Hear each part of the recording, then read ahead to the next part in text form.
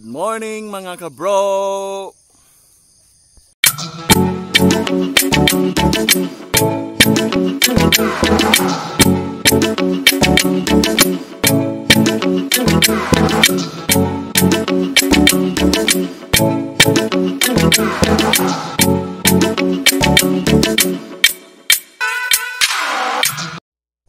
Dahil day off namin ngayon mga kabro, wala kaming pasok at hindi kami papasok mga kabro.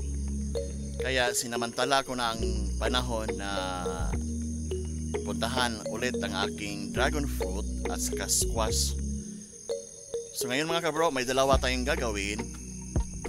So dapat manood ka hanggang huli para malaman mo kung ano ang dalawang bagay na aking gagawin ngayong araw na ito mga kabro. Handa ka na ba mga kabro? Let's go! So yan na mga kabro, nandito na kami ulit sa site mga kabro. Tingnan nyo yung nanay ko.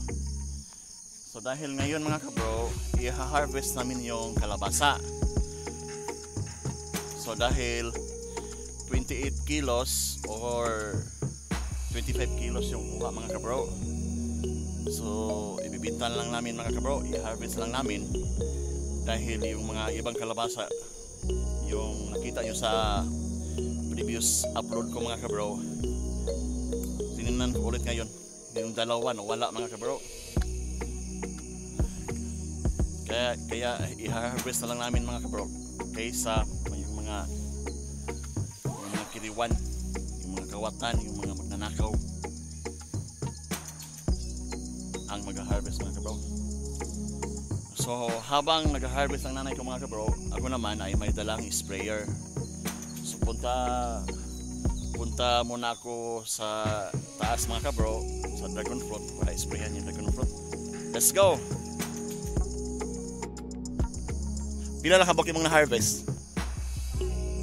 Pila? Sabi ng mama ko mga kabro, limang kalabasa pa lang daw ang kanyang nakuha na harvest. So hinahanap pa niya yung iba mga kabro.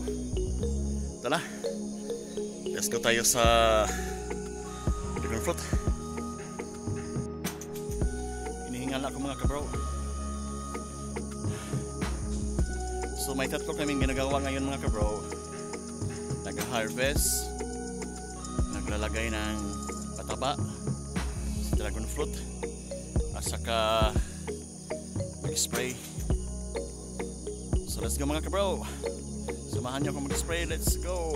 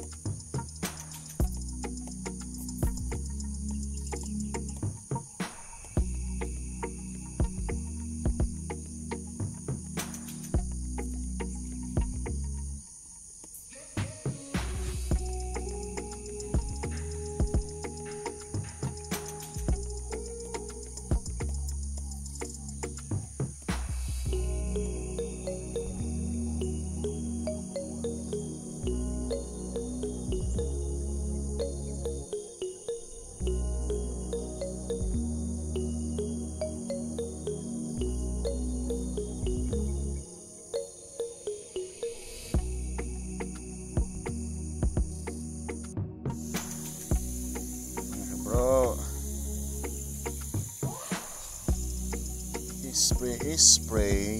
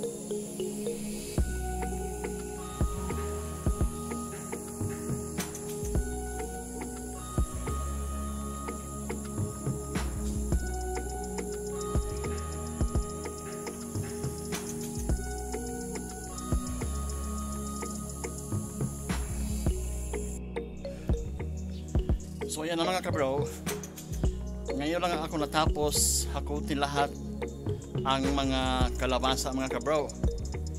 So mahigit 40 yata mga kabro, kasi yung sinabi ko kanina mga kabro 30, pero may mga hindi pa na harvest. Nakita yung mama ko mga kabro, kaya inulit ko yung area, may mga kalabasa pa mga kabro.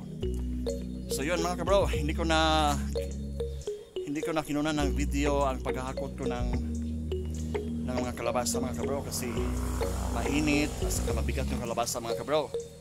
So gusto niyo bang malaman, makita, gusto niyo bang makita mga kabro ang mga kalabasa? Nandito mga kabro. So yun mga kabro, yan ang na-harvest na kalabasa mga kabro. Yan, diba ang lalaki mga kabro. So may mga maliliit na konti, pero konti lang. So karamihan ay malalaki. So hanggang dito na lang tayo mga kabro. Please don't forget to subscribe and click the notification bell para updated ka sa aking mga upcoming videos. See you on my next video.